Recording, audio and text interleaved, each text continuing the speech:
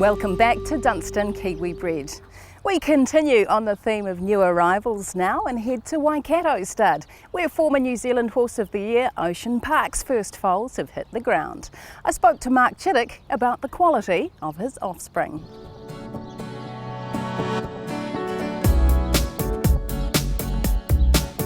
He's been dubbed one of the most exciting new sire prospects in the modern era, and weight for age, his racing form was, well, it rivalled some of the greats. How's he tracking here at Waikato Stud 12 months into his new role? Yeah, really well actually, Alicia. He settled into it very well. I think what we've all learnt with him, and we learnt it very quickly with Ocean Park, is he's a very, very relaxed horse. He's a very intelligent horse, and he loves learning things, and he loves pleasing you.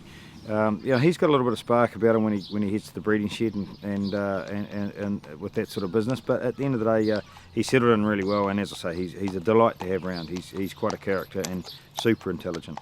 Let's talk about some of his foals. There's quite a few of them on the ground now, and they've been hot conversation amongst breeders too. What do you make of them? Yeah, certainly. When a horse goes to stud at as a $10 million syndication, there's high expectations. He serves some wonderful mares. I think he ended up with nearly 140 mares in foal. So you are sitting there anxiously awaiting, and certainly so far, I think we're at a stage now where we can guarantee he's leaving consistent good types. The reports earlier on, a lot of the other farms actually got numbers before we did. Windsor Park's foal was an outstanding foal. Trelawney, they had a couple of really nice foals, and I was talking to Leon Casey at Pencarrow just last week, and I asked him about his Frankel foal. He said, it's a very good foal, but he said probably the best on the farm is our Ocean Park. So hearing all those reports are really encouraging. And look, he's a lovely horse himself. He sold well as a yearling, and yes, you always hope that they leave types like themselves, or good types, and at this stage we're very happy. We're seeing a bit of a selection here of his foals today. Let's talk about firstly the Ocean Park Donna Cattiva colt.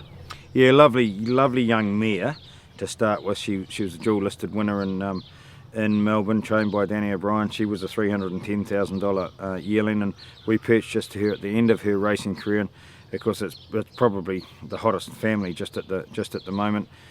She's a full sister to Il Quella Veloce, and the mare's a sister to Par 4, who's just setting the world on fire at the moment throughout Australasia. So it's a hot family. This is her first foal. It's a mare that we paid a bit of money for, and that follows in the footsteps of the sort of the thing we do with our quite often do with our young sires, and put a nice mare like that to him, and we're really happy with the foal. Second up, Mark, the Ocean Park Go Our Donna Colt. He's what was one of your first ones here? Yes, yeah, he was one of the first colts, and big strong mare and a big strong colt. The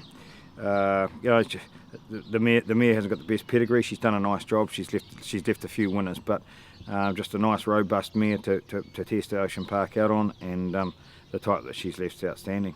Let's take a look at one of his fillies, born the 6th of September, the Ocean Park Make-A-Wish filly. Really nice filly, lovely nice young mare. She won the 2 races herself, and out of one of our old families, and she's out of Star Scent herself. She's a nice young mare. I think she's probably one of our most up and coming young mares. The types that she's left so far, and this foal fits right in with that.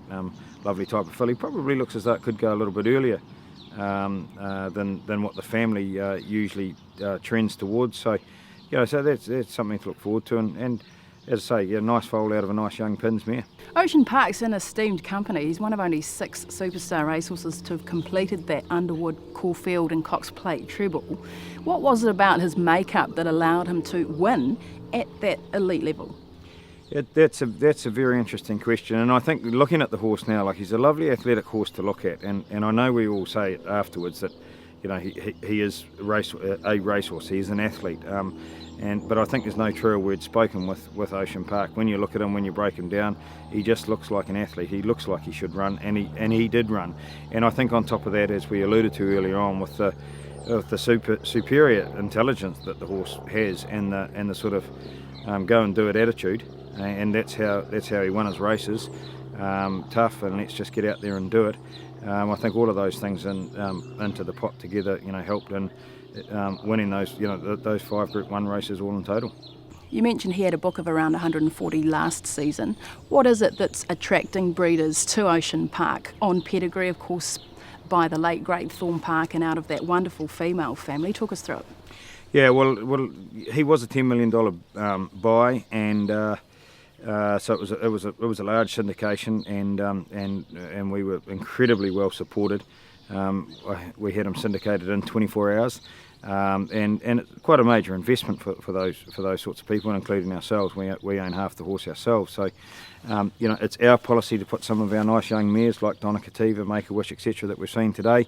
Legs went to him last year, so that is our policy. And I think with the shareholders, when they have an investment at that level in a horse, they always support him really well. But I believe he had everything. He's got everything. He's got those 5 Group 1s. He's New Zealand Horse of the Year. He won the Cox Plate, and as you say, on top of that, unfortunately, the ill-fated Thorne Park. So a lot of those shareholders, and even outside of the shareholders, they've used Ocean Park because they may have had success with their mare or their family off the back of Thorne Park, because he was doing a wonderful job. So you've got that there out of a nice young Zabeel mare, who fortunately we were showing her ability before she unfortunately broke her leg in the Avondale Guineas, I think it was. And you've got a nice pedigree there and it all goes back to O'Reilly's family. So it's a pedigree that we all know. There's been continued success through it, and as I say, by Thorne Park out of a Zabeel mare, it's a lovely mix. $30,000 stud fee, it's unchanged this year. How's his book shaping up this time round? I mean, is that strength continuing in the market for him? I think so. People did want to see his foals, which is fair enough. So we've certainly picked up a fair bit of momentum just in the last couple of weeks. And last year, just off 140 in foal, so I think it was nearly 160 mares that he actually served. And I think if we can serve a book of 120, 130 this year going into his second season, I'll be very happy. We're sort of not far off that now. And as I say, the more people see his foals and the more foals that people get, he'll pick up a few of those nice mares that haven't been committed at this stage.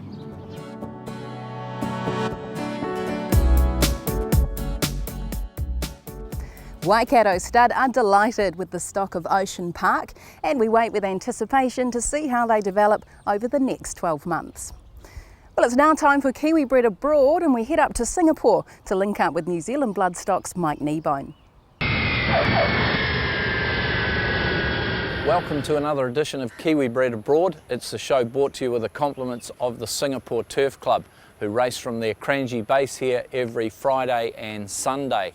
Well, on this week's show, we're going to be catching up with the connections of dual Group 1 winner Spalato. He's the Kiwi bred that's won the Patrons Bowl and the Emirates Singapore Derby.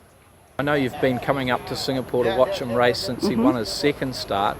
He's only had 4 starts. You're here for the Patrons Bowl. That must have been an enormous thrill for everybody. Yes, that was pretty nail-biting. He actually had a small injury that we thought he was over in the foot. He'd been pricked, and thought he was all good. He was pinching up fine, but when it came down to it, he wasn't, and you can tell because he's swapping his leg all the way down the straight in that Patrons Bowl. And Spalato fighting tooth and nail here. Spalato over on the inside. Step It Up wearing him like a glove. Spalato the inside with Step It Up. Oh, they hit it, I'd say Spalato. The Derby was completely different. Completely different. Yeah. Completely different. He's gone out there and really settled in the second spot pretty much straight away, and made it a one-horse race. Yeah, really I thought he was going to be swamped at the turn, and we had a few friends with us, and I thought this is going to be embarrassing. They're not going to understand because they're not horse people that he's done so well. And I was so wrong. He just kicked away. It was the most exciting thing. Spalato is clear in the Derby. What a remarkable story. 4 starts, 4 wins, 2 Group 1s in the Emirates Singapore Derby. Spalato bolts in. You're into breeding in quite a big way now. I know that you and Graham race a lot of horses up here in Singapore, but you're also breeding quite a few now in New Zealand, and you've got a stallion down there as well. I share a big part of a stallion, Niagara, who's an Costa del Lago horse. He's got foals on the ground now and we couldn't be happier. They're just big bums, big chests, big girths, gorgeous. Everyone who sees them's just blown away. And good friendly foals, they're really good heads on them. Most of them have got a little bit of white, but I think I've bred the only one that's plain bay. Well, Spalato, he's a dual Group 1 winner. He's only $10,000 short of $1 million in prize money up here in Singapore, and it looks like there's a lot more to come from this very, very good Kiwi horse. Well, that's it for this week. On behalf of the Singapore Turf Club, we'll see you next time.